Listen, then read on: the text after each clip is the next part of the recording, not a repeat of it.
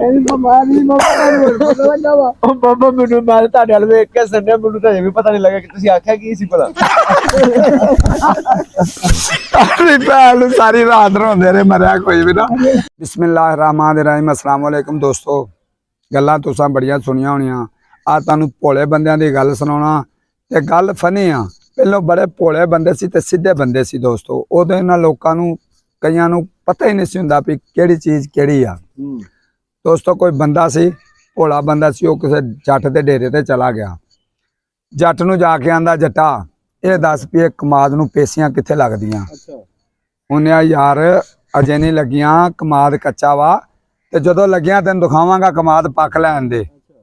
वो आंदा नहीं नहीं नहीं जट्टा यार तू हुण जान के दिया वा, तू नहीं सही गल दस्सण दिया, मैनूं ये दस भी पेसियां कित्थे लगदियां ने।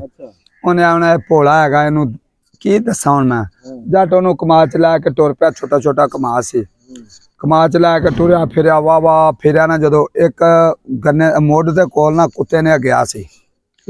उन्हें इवें जान नहीं छड्डनी, उन्होंने तो जान छड्डाउणा। जट ने आख्या उन्हें आ एक पेसी लगी हो। उन्हें दवा दवा भोले बंदे ने चुक्या ते चेक किया।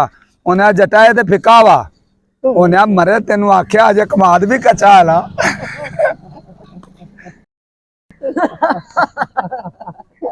ਬਾਬਾ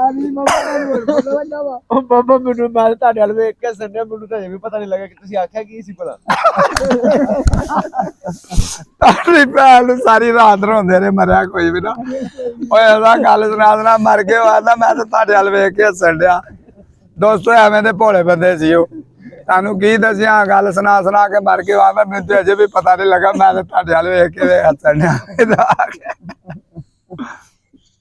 वीडियो चंगी लगे लाइक कमेंट शेयर जरूर करना। साडी वीडियो वेख्या करो ते मज़ा लिया करो, मज़ा जरूर आएगा तुहानूं। बहुत शुक्रिया। पाकिस्तान जिंदाबाद।